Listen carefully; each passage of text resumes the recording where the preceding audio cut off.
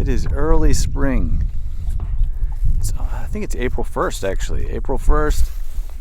I love sailing, even though you go really slow. Like right now we're going so slow. We're just coasting around. There's barely any wind. I'm simultaneously like trying to film on this boat and sail it at the same time.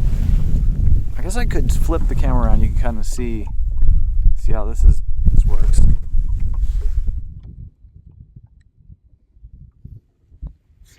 Sailing a boat right now.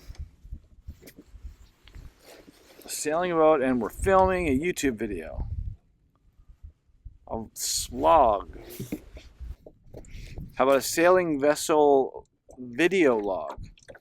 A vlog. Okay. One of the reasons I wanted to make this video is to sort of transition what you've seen so far of me building this boat. 3 years ago, I built this boat. I've been sailing it a lot. But transition the theme of this small 8-foot boat into a larger, epic adventure of sailing larger sailboats. Now, at the same exact time, almost within a week of getting this boat, I got a 27-foot Hunter sloop, 1983. Now, for months before, I've been learning to sail on that boat. Been going out a whole bunch with a friend who taught me how, an older gentleman named John. And John Driscoll, he taught me how to sail, and then at the end of the season, end of that summer, I probably went out with him 10 times. We'd go night sailing. We never went on any overnighters, but we would go out for all day and just sail all day. And I kind of helped him work on the boat, and he taught me what he knew. And it was a blast. A very old school apprenticeship kind of relationship that I very much enjoyed. Now, at the end of that season, at the end of that summer, he offered me the boat, and I kind of was not ready. I was like, wait, what are boats even? He offered to sell it to me. He didn't really talk about price. He was just like, you want to buy this boat? And anyone who owns a boat will know that it's a lot of work to maintain one, because you constantly have to be going out to it and fixing it. Everything breaks on it all the time. It's this machine that just lives in the water. And it's an ancient machine that takes constant attention, because it gets wet all the time and it bakes in the sun. So anyway, long story. I'm just going to keep telling it in the long story fashion, because we're on a sailboat. And if you're into sailing, there's an amount of leisure that you are into that I'm sure you can appreciate. And I'm sort of displaying that leisure right now, because sailboats do not go fast, really. Even if they feel like they're going fast, you're not going fast. You could, practically run faster than a sailboat. But they go for long distances, and they're beautiful and graceful, and it's a whole nother experience, a whole nother life. It's a whole nother world. You get to go beautiful places and float around. Hopefully you get to leave the dock. Yes, anyone who also has refitted a boat or owned one knows leaving the dock is the toughest part. Just getting on it and going and sailing it is a lot more difficult than you think. Anyway, where were we in our tale, our epic adventure? Now, at the end of the season, he offered to sell me the boat. I wasn't ready. I didn't know how much the boat itself would be worth or what other boats were out there. I hadn't really researched that. So we just kind of let it sit there and thought, well, maybe I'll think about it. Then a couple months went by. Of course, I helped him take it out of the water. And it was like winter. It was like January of, that was 2020. I learned, peak pandemic. It was 2021, early January. I found, this design. This is from Chesapeake Lightcraft. It's the Eastport nesting pram. And I bought it about the kit, a wooden kit that you went and picked it up. And then a week later, I was looking on Craigslist and I saw John had listed the boat for sale. I just said, hey, I'll buy it. So then I bought that. So then I had two boats. Then I had two boats. So I began building this boat and I began working on that. And the whole time I was recording both of those adventures, building this boat and working on that boat. And I'd already been just recording all the trips that we went on beforehand.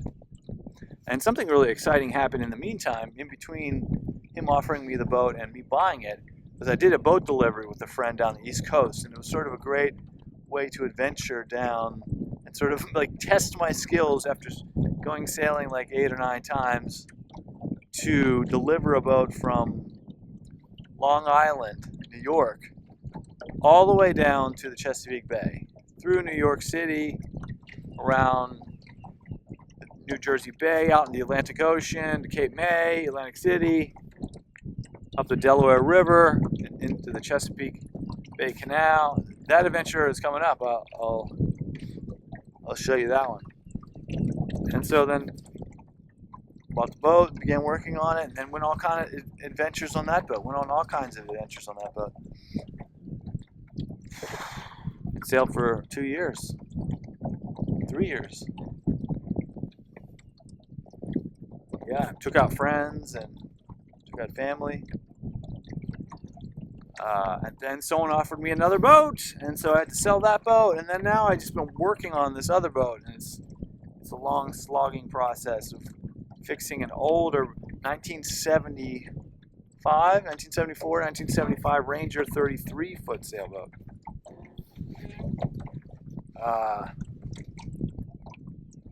Yeah, I've been out there just almost every weekend, just doing something, painting, cutting, breaking. There's so much work on that one. But it's got, it's in okay shape. It's not in great shape. It's in okay shape. But it's a good boat. I'm excited about sailing it. It was free. It was a free boat. I had to dump some money into it. There's still more money to dump into it. Yeah, BOAT. Bust out another 1,000. Boats. Yeah, so this adventure is going to continue. I want to transition what you've seen so far into more sailing videos that I've been recording over the past 3 years. 3 years of sailing videos. I'm going to try to start distilling down into bite-sized chunks and show you about sailing. We can talk about sailing. You can laugh at my questionable craftsmanship and my questionable seamanship, but definite fun.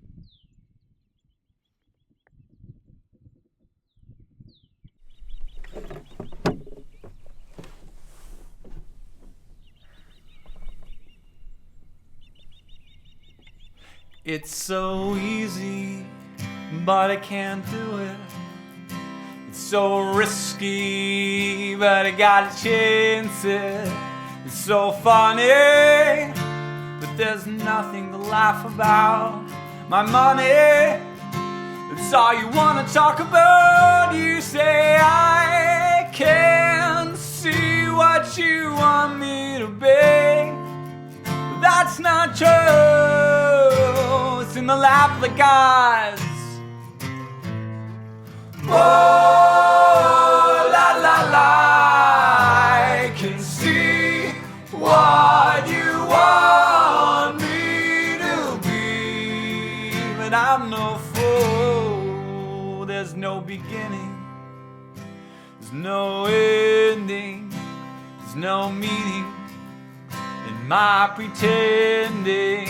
And believe me, life goes on and on and on. Forgive me when I ask where do I belong. You say I can't never set you free, but that's not true. It's in the lap of the gods.